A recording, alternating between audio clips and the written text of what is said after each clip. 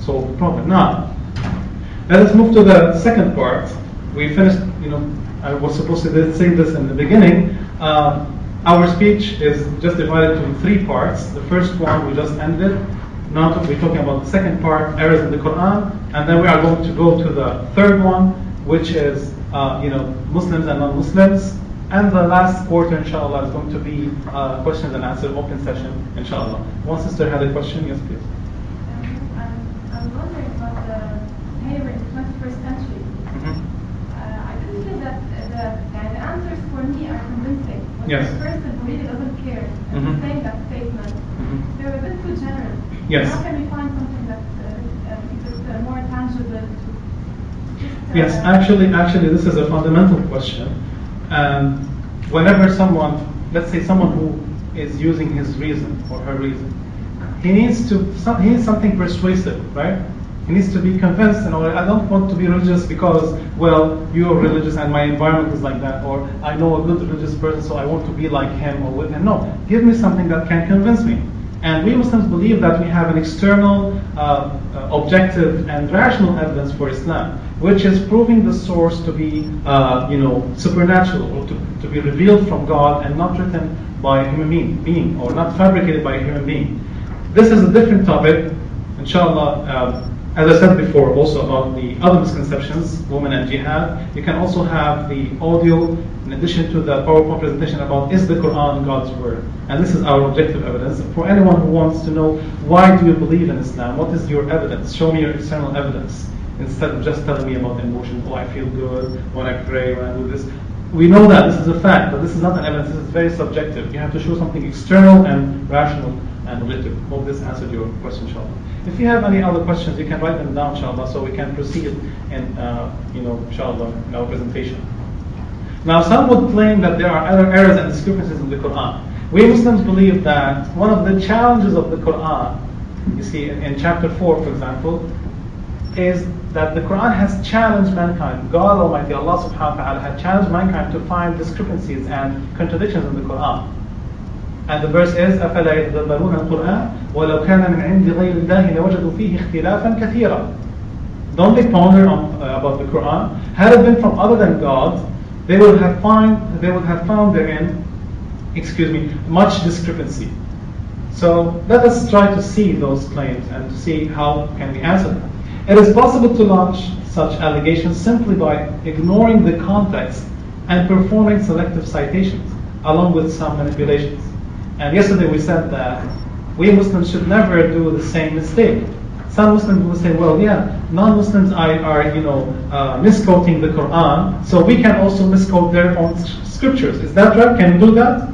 Can we misquote Christian or Jewish scriptures because they are doing the same thing?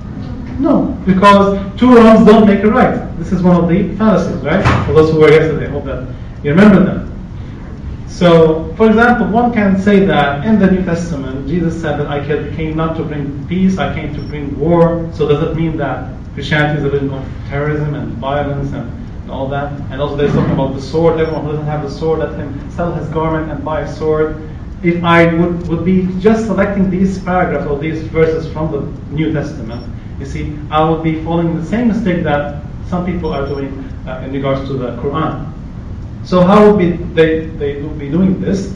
They would be ignoring the context. For example, يَا أَيُّهَا الَّذِينَ آمَنُوا لَا تَقْرَبُوا الصَّلَاةَ. O you who believe, do not come near prayer. Do not pray. So prayer is haram. I cannot pray. Let me continue the verse. لَا تَقْرَبُوا الصَّلَاةَ وَأَنْتُمْ سُكَارَى. Do not come near prayer when you are drunk or you are out of your consciousness. So you should see the context of the verse. You cannot remove the verse from its own context. And also performing selective citation, as we were saying, along with some manipulations, manipulating the words or even the accents, dhamma, fatha, kasra, diacritics, as they call them in English. Some people will do that. We'll see some examples about that. So we shall examine a sample of false allegations against the Quran. We cannot examine them all. There's a lot of them. Some of them are obviously insignificant. I also called it some of those insignificant ones and some of the stronger ones, inshallah. And we shall see. I will provide you with references where you can find about more than 100 or 200 false allegations with their answer, with their clear answers, inshallah. The first one, geographical error.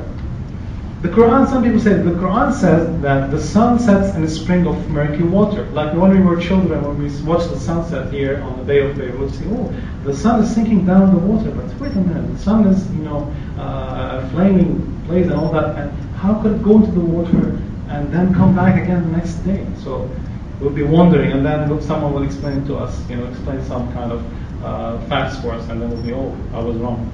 So does the Quran say that the sun set in a murky spring of murky water? Let's look at the verse in Arabic. حتى إذا بلغ مغرب الشمس وجدها تغرب في عين حمئة ووجد عندها قوما.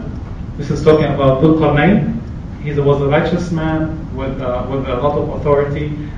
Mentioned the Quran. He's not Alexander the Great. Don't fall into this mistake. Some people think that he was Alexander the Great, but he wasn't. It is very obvious from the description from the Quran. It does not befit, the Alexander the Great. So he's not the same person. And nowhere does the Quran mention that he was Alexander the Great. The verse in English, until when he reached the setting of the sun, or the place where the sun was setting, he found it set in a spring of murky water. Near it, he found the people. How can we reply to this? I want new people. Alright, Hassan, yes. The verse said وَوَجَدَهَا. So it means that the guy, because he believed the sun sets in the murky water, he saw it setting in. How can you know that he believed that?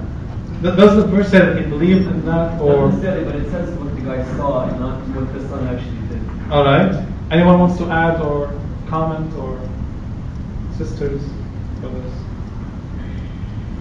Yes. Okay. So we're saying it looks like. Mm-hmm. It appears to be. So, just briefly here, the verse didn't say that the sun sets in murky water. It is obviously describing the scene that Dhul Qarnayn saw. So it is describing what he saw. It didn't say the sun sets in a murky water. It's not like a scientific fact. It is just describing the panoramic view that Dhul Qarnayn saw.